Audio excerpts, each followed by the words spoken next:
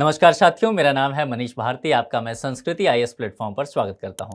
साथियों, हाल ही में एक रिपोर्ट प्रकाशित किया गया है और यह रिपोर्ट जो प्रकाशित किया गया है यह ग्लोबल वार्मिंग से संबंधित है, यह क्लाइमेट चेंज से संबंधित है और इसमें हिमालय को लेकर के कुछ बातें कही गई है और कहा गया है कि 90% हिमालय जो है आने वाले समय में सूख सकता है और यदि सूख जाएगा, सूखा पड़ जाता है तो जाहिर सी बात है ये सीधे सीधे खतरा भारत के लिए है। भारत की जो पूरी जैव विविधता है वही खतरे में पड़ जाएगी। इसके अलावा क्या भारतीय कृषि पर इसका प्रभाव नहीं पड़ेगा? निश्चित तौर पर भारतीय कृषि इससे बुरी तरह से प्रभावित होने वाली है और चूंकि भारत कृषि प्रधान देश है इसलिए भारतीय अर्थव्यवस्था के लिहाज से यह खबर, यह जो रिपोर्ट है वह बेहद जरूरी हो जाता है। तो इस रिपोर्ट में किन किन बातों पर गौर किया गया है हम इस पर चर्चा करेंगे। उससे पहले आपके लिए एक सूचना है और सूचना यह है कि संस्कृति आईएएस विभिन्न पीसीएस कोर्स को लॉन्च कर चुकी है जिसके तहत बीपीएससी, यूपीपीएससी, एमपीपीएससी और आरपीएससी का कोर्स शामिल किया गया है।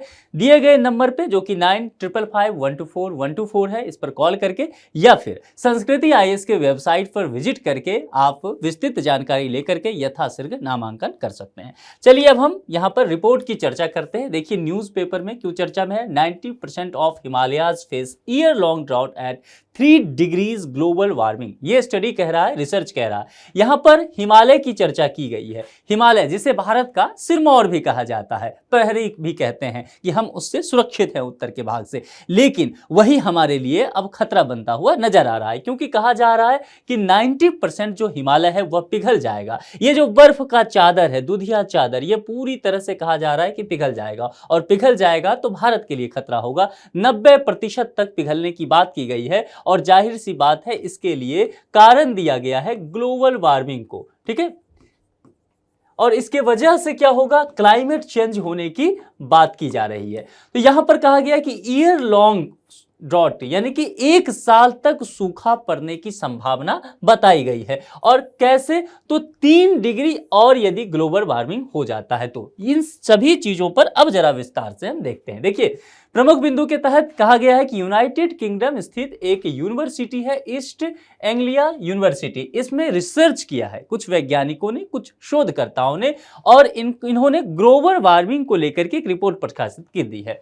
इस शोध में क्या क्या विषय रखे गए जरा देखिए। ग्लोबल वार्मिंग का स्तर लगातार बढ़ता जा रहा है, पहली बात तो यह कही गई।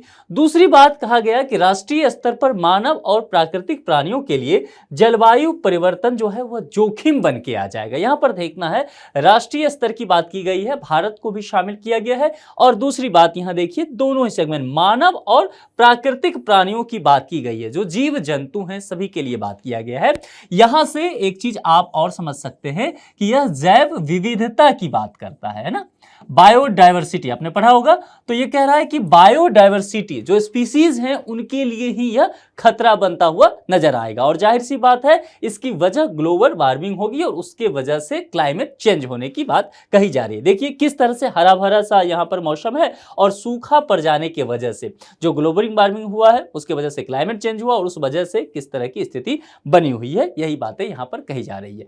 यह भारत, चीन, ब्राजील, मिस्र, घाना और इथोपिया पर केंद्रित 8 स्टडीज का कलेक्शन किया, यानी कि ये जो 8 देश हैं उसको बेस में रखा गया, आधार बनाया गया वहां के क्लाइमेट को और उसके आधार पर किस तरह से वहां पर टेम्परेचर बढ़ रहा है उसके डेटा को कलेक्ट किया गया, उसके आधार पर रिसर्च किया गया। इन क्षेत्रों में जलवायु परिवर्तन, ग्लोबल वार्मिंग और बढ़ते तापमान के चलते कुछ चीजें हो सकती है। कुछ चीजों में क्या, प्राकृतिक आपदाओं की बात की जा रही है। प्राकृतिक आपदा जैसे कि सूखा हो सकता है, बाढ़ की स्थिति हो सकती है, फसल की कमी हो सकती है। जाहिर सी बात है भारत के संदर्भ में मैंने पहले भी कहा, भारत की जो कृषि है यह कृषि किस पर आधारित है, मानसून पे आधारित है। ठीक है, और अगर इस तरह की स्थिति होगी तो मानसून का पैटर्न वो चेंज हो जाएगा और जाहिर सी बात है उसका असर किस पर पड़ेगा, पैदावार पर, यानी कि पैदावार की कमी हो जाएगी तो फसल की कमी होगी। फसल की कमी होगी तो क्या होगा, खाद्यान्न संकट होगा और खाद्यान्न संकट होगा तो क्या होगा, अकाल हो जाएगी,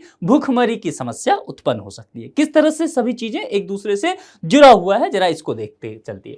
उसके बाद कहा गया कि बायोडायवर्सिटी में कमी आएगी। मैंने पहले कहा कि जैव विविधता को लेकर के प्रश्न किया जा रहा है। प्रकृति के लिए ये बहुत जरूरी है कि जैव विविधता बना रहे, क्योंकि हम सभी एक दूसरे से जुड़े हुए हैं, आश्रित हैं, हमारा अनुनाश्रय संबंध है, एक दूसरे पर हम टिके हुए हैं, पूरक हैं। तो इसीलिए अगर बायोडायवर्सिटी में कमी आती है, कुछ स्पीसीज ऐसे हो सकते हैं जो विलुप्त हो जाए, तो ये प्रकृति के लिए, हमारे लिए भी यह बेहद नुकसानदेह हो सकता है और यही आशंकाएं बताई गई है रिपोर्ट में। और क्या क्या कहा गया, देखिए इन 6 देशों के कुछ देशों में पहले से 1.5 डिग्री सेल्सियस तापमान बढ़ चुका है। यह कहा जा रहा है कि पहले से 1.5 डिग्री सेल्सियस तापमान बढ़ने से यहाँ की जो उच्च प्राकृतिक संपदा है वह पहले से ही संकटग्रस्त हालत में है। और यहाँ पर यदि टेम्परेचर और बढ़ता है, जैसे कि मान लीजिए उदाहरण के तौर पर भारत की बात कर लेते हैं, अब भारत में ये टेम्परेचर मान लेते हैं 3 से 4 डिग्री सेल्सियस तक पहुंच जाता है, बढ़ जाता है, तो ग्लोबल वार्मिंग पर परागण आधे से कम हो जाता है। यानी कि यहाँ पर जो है नए, जो आप कह सकते हैं प्रकृति की बात की गई है, पेड़ पौधों की बात की गई है या नए स्पीसीज की बात की गई है, वह जो है उसके लिए खतरा उत्पन्न हो जाएगा।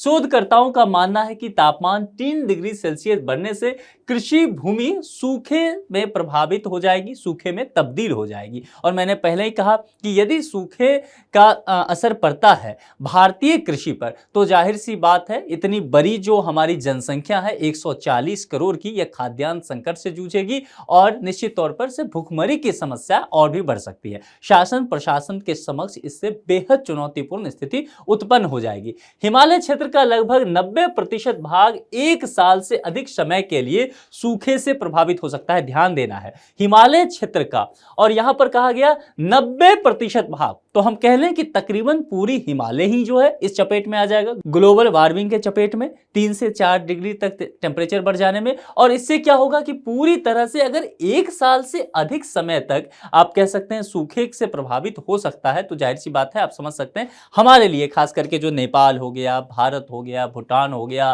बांग्लादेश हो गया, इन देशों के लिए बेहद समस्या खड़ी करने वाली स्थिति हो जाएगी। अध्ययन केंद्रित देशों में 50% से अधिक कृषि योग्य भूमि गंभीर सूखे से प्रभावित हो सकती है, और यह सूखा 1 वर्ष से लेकर के 30 वर्ष तक होने की संभावना है। अब समझ लीजिए कितनी कठिन यहां पर चुनौतीपूर्वक प्राकृतिक स्थिति उत्पन्न होने वाली है इस क्षेत्र में। और 1 वर्ष से 30 वर्ष तक हिमालय के 90% जो है वह सूखे के चपेट में आ जाएगा।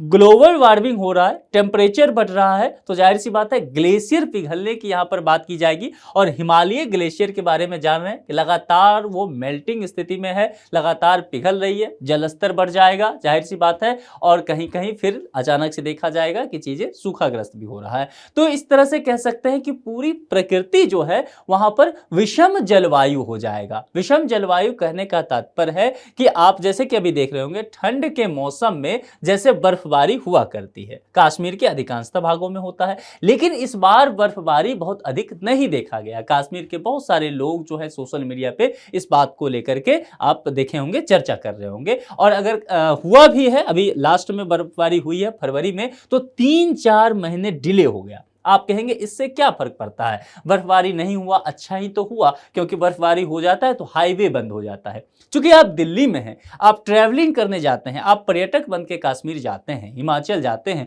तो आप उस नज़रिए से देखते हैं। लेकिन वहाँ की जो कृषि है, वहाँ की जो प्राकृतिक अवस्थिति है, जरा उसको ध्यान में रखिए। वहाँ की जो फसल है, जैसे सेब हो गया, या वहाँ जो जिस तरह के चीज़ों की केसर की खेती होती है, तो इन सब चीज़ों पर बुरी तरह से प्रभाव पड़ने वाला है। और ये लंबे समय बाद ऐसा जम्मू कश्मीर में देखा गया, हिमाचल में देखा गया, उत्तराखंड में देखा गया, और ये सभी हिमालय की गोद में है। तो जाहिर सी बात है प्रभाव दिखेगा नहीं, प्रभाव दिखने लगा है, नुकसान होगा नहीं, नुकसान होने लगा है, ठीक है। और हमारे लिए संकट उत्पन्न होगा नहीं, बल्कि हमारे लिए संकट उत्पन्न हो गया है। शासन प्रशासन के माथे पर लकीरें जो है वह अब दिखने लग गई है, यही बातें यहां पर कहा जा रहा है। और 30 वर्ष तक अगर ऐसी स्थिति रह जाए तो समझ सकते हैं कि पूरी प्राकृतिक स्थिति इस क्षेत्र की बदल जाएगी। तब जाकर के फिर भारतीय कृषि जो मानसून पे निर्भर होने की बात कही जा रही है, उसका आगे भविष्य क्या होगा, यह समझना जरूरी हो जाएगा। देखिए यहाँ पर कुछ फोटोग्राफ्स आपको मैं दिखा रहा हूँ विभिन्न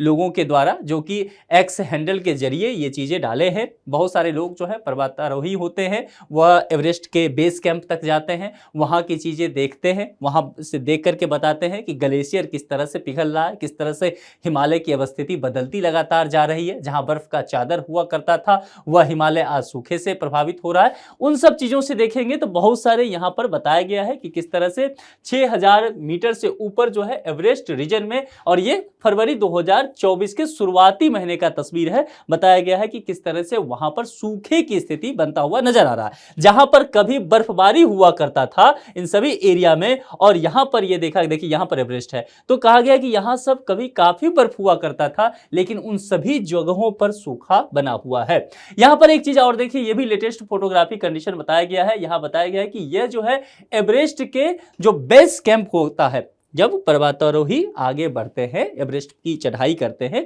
तो एक बेस कैंप होता है, ठीक है। उस बेस कैंप पे सभी रुकते हैं और वहां से फिर आगे की चढ़ाई शुरू होती है। तो बहुत लोगों को बेस कैंप तक ही जाने में बहुत परेशानी होती है, ठीक है। तो यहां कहा गया है कि बेस कैंप के करीब की तस्वीर ली गई। ये जो तस्वीर आप देख रहे हैं ना, ये वही बेस कैंप है। बेस कैंप कहने का मतलब अपने आप में हिमालय पहुंच गए आप।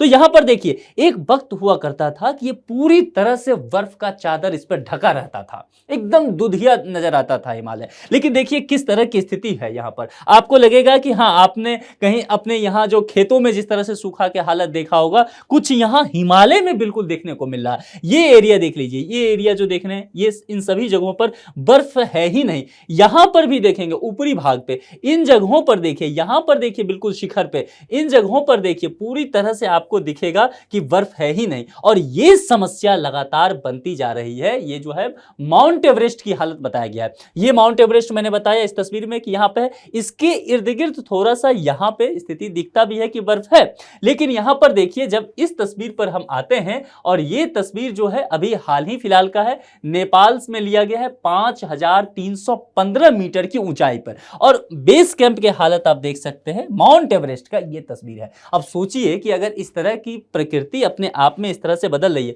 तो इसके लिए सबसे पहले यह भी तो समझना है कि इसके लिए जिम्मेदार कौन है। हम ही आप तो हैं। ग्लोबल वार्मिंग बढ़ाने के लिए हम आप ही जिम्मेदार है। हम प्रकृति के साथ छेड़छाड़ कर रहे हैं, और उसका जो है दुष्परिणाम, उसका जो प्रतिफल है वह प्रतिकूल होता जा रहा है हमारे लिए। यह कहने की बात है। शोधकर्ताओं ने जो शोध किया है, निश्चित तौर पर वह भारत के लिए बहुत बड़ी चेतावनी है। भारत के अलावा आप कह सकते हैं कि चीन के लिए चेतावनी है, नेपाल के लिए, पाकिस्तान, बांग्लादेश, भूटान के लिए है, मालदीव के लिए, श्रीलंका के लिए है, जितने भी दक्षिण एशिया वाले जो क्षेत्र है सभी के लिए है। लेकिन भारत के लिए सबसे बड़ी चिंता का सबब है, क्योंकि आपको मैंने पहले ही बताया, भारत की जनसंख्या 140 करोड़, आधी आबादी गांव में रहती है, पूरी अर्थव्यवस्था की जो रीढ़ है एग्रीकल्चर पर निर्भर है, और खेती के लिए सबसे बड़ी समस्या ये बन के आने वाली है, जो कि 1 साल से 30 साल तक हिमालय का 90% भाग सूखा में रह सकता है। यह बातें कही जा रही है, और ये दिखने भी लगा है, जैसा कि इस तस्वीर के माध्यम से हम देख भी रहे हैं। अब लेकिन शोधकर्ताओं ने कुछ सुझाव भी दिया है, कुछ चेतावनियां भी दी है। सुझाव क्या क्या दिया है? ग्लोबल वार्मिंग को 1.5 डिग्री सेल्सियस तक सीमित करना पड़ेगा, और सीमित करने के लिए कृषि योग्य भूमि पर सूखे का प्रभाव कम किया जा सकता है।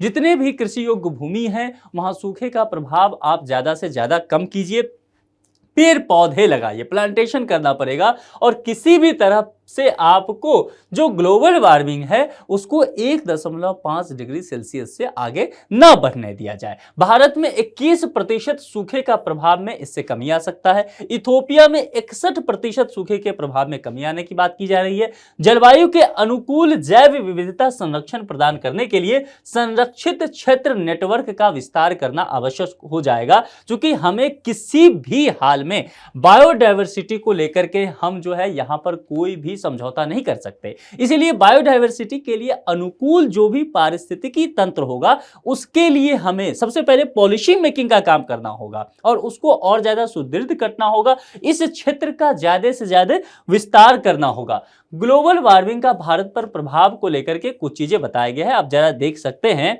कि इन चीजों पर बातें की गई है कि किस तरह से सूखा का हालत पड़ सकता है। सूखा हो जाने की वजह से पानी की समस्या यहां पर उत्पन्न हो सकती है, और ये जो है है पूरी तरह से हमारे कृषि का जो पैटर्न है उस पर ये कहीं ना कहीं हमारे लिए नुकसानदेह स्थिति में बनेगा। ठीक है, और यहाँ पर नॉर्थ वेस्टर्न इंडियन हिमालयज की बात की गई है जहां पर वार्म विंटर देखने को मिला है। इन सब चीजों को आप कह सकते हैं, जैसा मैंने पहले भी बताया कि कश्मीर में 3-4 महीने लेट बर्फबारी हुई, ये स्थिति बताया गया है। फिर से यहां पर कहा गया this century global warming will melt at least a third of the ice in the Himalaya. अब समझ सकते हैं ग्लोबल वार्मिंग होने के वजह से ये पूरा जो सेंचुरी रहने वाला है इसमें हिमालय ग्लेशियर को लेकर के बातें की गई है और यह कहा गया है कि हिमालय ग्लेशियर जो है 1/3 पिघल सकता है। अब इससे स्थिति कितनी विकराल होने वाली है आने वाले समय में, आप जरा इसे समझ सकते हैं, आप हमने डिस्कस किया ही है।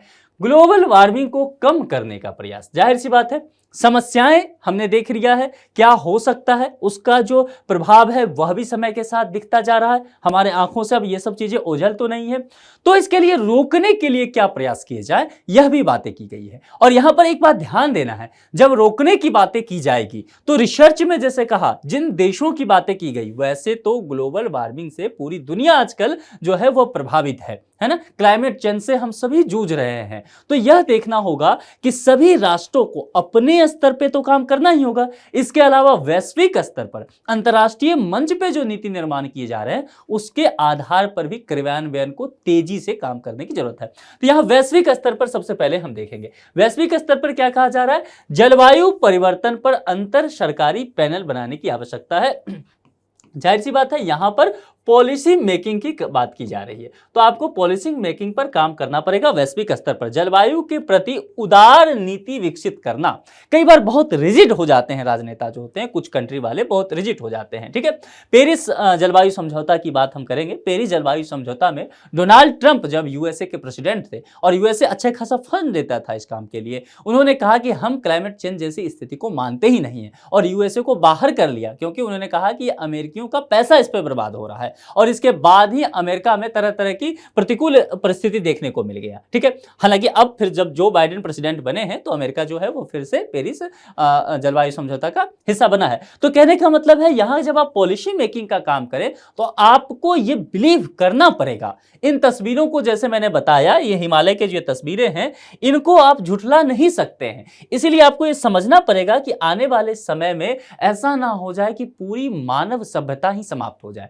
ऐसा ना हो जाए कि पृथ्वी की बर्बादी ही यहीं से शुरू हो जाए। ठीक है, इसीलिए अभी से इसके लिए तैयारी करनी पड़ेगी और नीति निर्माण में आपको फ्लेक्सिबल होना पड़ेगा। ठीक है, संयुक्त राष्ट्र जलवायु परिवर्तन फ्रेमवर्क सम्मेलन की बात की गई है और इसके तहत कार्य करने होंगे। वायुमंडल में ग्रीन हाउस गैसों के उत्सर्जन को नियंत्रित करना होगा। हम सभी एसी में रहना पसंद करते हैं और हम एसी में चलते हैं, कार में रहते हैं तब भी एसी में रहते हैं, घर में रहते हैं तब भी एसी में रहते हैं, ऑफिस जाते हैं तब भी एसी में रहते हैं। और विभिन्न क्रियाकलापों के वजह से कारखानों के से निकलने वाले उत्सर्जित जो गैस हैं ये सभी क्या है, ग्रीन हाउस गैसेज हैं और इसके वजह से वायुमंडल लगातार प्रदूषित होता जा रहा है। इसके वजह से ग्लोबल वार्मिंग जो है बढ़ता जा रहा है, वैश्विक टेम्परेचर बढ़ता जा रहा है और यही वजह हो रहा है क्लाइमेट चेंज का। तो इस पे काम करना पड़ेगा। पेरिस समझौता को लेकर के मैंने बताया ही, जलवायु परिवर्तन के संबंध में क्लाइमेट चेंज की जब भी बात की जाएगी यूपीएससी में कभी प्रश्न आए तो पेरिस समझौता के बारे में आप जरूर लिखिए। अभी हमने चर्चा किया ही,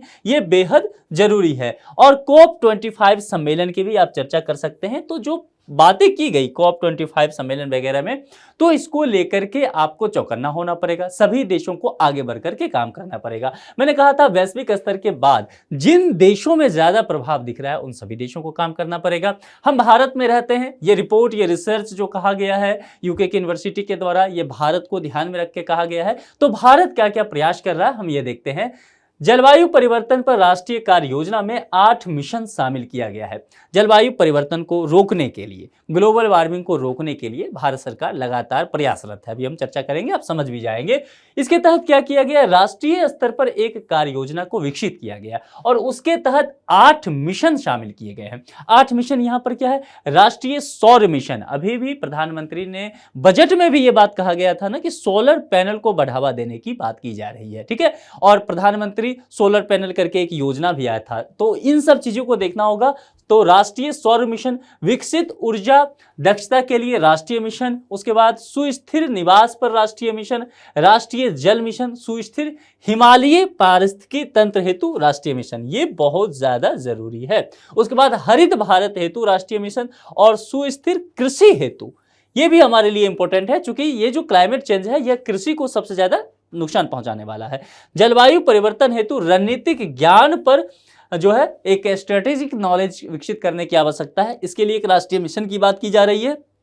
और सबसे इंपॉर्टेंट, अंतर्राष्ट्रीय सौर गठबंधन, भारत जो है इसका अगुवा रहा है, नेतृत्व किया है आगे बढ़ के भारत ने। इसका शुरुआत भारत और फ्रांस के द्वारा हुआ था। गुरुग्राम में इसका हेडक्वार्टर भी है 30 नवंबर 2015 को, और बहुत सारे देश अब इसके साथ जुड़ रहे हैं और लगातार देखा जा रहा है कि भारत इस मामले में बहुत अग्रणी है। इस बजट में इसको लेकर के प्रावधान किया गया, अलग से योजना की शुरुआत की गई है। उसके बाद यह देखा जा रहा है कि इसमें काफी अच्छा आप कह सकते हैं कि सुधार देखने को आने वाले समय में मिल सकता है। तो इस बात को समझना है हम सबों को। देखिए, ये चीजें तभी हो सकता है जब व्यक्ति अपनी जो लाइफ स्टाइल है उसको चेंज करे, जलवायु के अनुकूल लाइफ स्टाइल अपना बना ले, ठीक है, पर्यावरण के अनुकूल, तभी हो सकता है। सरकारें अपनी नीति निर्माण कर रही है, राष्ट्रीय स्तर पर भी ये काम किया जा रहा है, वैश्विक स्तर पर भी नीति निर्माण को बेहतर करने की आवश्यकता है, तभी जाकर के जलवायु परिवर्तन पे अच्छा काम हो सकता है। इस टॉपिक पर एक संभावित प्रश्न है, और प्रश्न जो है वो प्रीलिम्स के स्तर का है। आप जानते हैं जवाब मैं नहीं दिया करता हूं, क्योंकि आप जवाब अच्छा देते हैं, ये काम आप बखूबी करना सीख गए हैं। जलवायु परिवर्तन से संबंधित निम्नलिखित कथनों पर विचार कीजिए। यहां कहा गया है गलत नहीं है। मैं हमेशा कहता हूं जो कमांड है उसके पिछले शब्द को देखिए, गलत नहीं है इसको डिकोड कीजिए, यानी कि मैं आपसे कहूं कि आप गलत नहीं है, इसका कहने का मतलब है कि जनाब आप सही हैं। तो कहा गया है कि गलत नहीं है, उसको चुनना है, तो देखना है कि ये दो स्टेटमेंट में से कौन सही है, ठीक है। वैश्विक स्तर पर संयुक्त राष्ट्र जलवायु परिवर्तन फ्रेमवर्क सम्मेलन का उद्देश्य वायुमंडल में ग्रीन हाउस गैसों के उत्सर्जन को नियंत्रित करना है, पहला स्टेटमेंट हो गया। दूसरा, ग्लोबल वार्मिंग को कम करने के लिए भारत द्वारा जलवायु परिवर्तन पर राष्ट्रीय कार्य योजना के अंतर्गत सुस्थिर हिमालय पारिस्थितिकी तंत्र हेतु राष्ट्रीय मिशन शुरू किया गया है। ये दो स्टेटमेंट है, हमने चर्चा किया है। यदि आपको भूल जाए, छूट जाए, वीडियो के पीछे जाइए, आराम से दोबारा देखिए, फिर जवाब ढूंढ लीजिए। उसके आधार पर 4 विकल्प दिया गया है, जो भी विकल्प आपको सही लगे उस विकल्प का चयन करके कमेंट बॉक्स आपके लिए खुला हुआ है, कमेंट बॉक्स में उसका जवाब दीजिए। देखिए, इस मुद्दे पर आप क्या सोचते हैं? क्या आपने अपने लाइफ स्टाइल में इस चीज को बदलाव में लाया है कि आप पर्यावरण के अनुकूल जीना सीख जाएं? हमारे प्रधानमंत्री नरेंद्र मोदी साहब भी लगातार इस चीज को अपने उद्बोधन में, भाषण में कहते रहते हैं। इन तमाम मुद्दों पर क्या सोचते हैं? क्या आप भी गांव से हैं, खेती बाड़ी करते हैं और आप लगातार इस बात को अनुभव कर रहे हैं कि हाँ, मानसून का पैटर्न बदल रहा है, कभी सूखा आ जा रहा है, कभी बाढ़ की समस्या उत्पन्न हो रही है, तो कभी अकाल हो रहा है, भुखमरी की समस्या उत्पन्न हो रही है। इन सब चीजों पर आपके क्या विचार हैं? और दूसरी बात, क्या आपको लगता है कि वैश्विक स्तर पर इन चीजों को रोकने के लिए, ग्लोबल वार्मिंग को रोकने के लिए, क्लाइमेट चेंज से निपटने के लिए वैश्विक स्तर पर सरकारें बेहतर काम कर रही है? क्या भारत सरकार इस चीज काम को लेकर के कितना मुखर है? इन सब चीजों पे अपने विचार कमेंट बॉक्स में जरूर लिखिए। मैं देखते रहता हूं आप लोग काफी तार्किक विचार रखते हैं, बहुत अच्छा भी लगता है। मैं उम्मीद करता हूं इस लेक्चर से संबंधित बातें भी आप जरूर रखेंगे। अपना बेहद ख्याल रखिए। मिलते हैं जल्द ही किसी दूसरे मुद्दे के साथ। Thank you.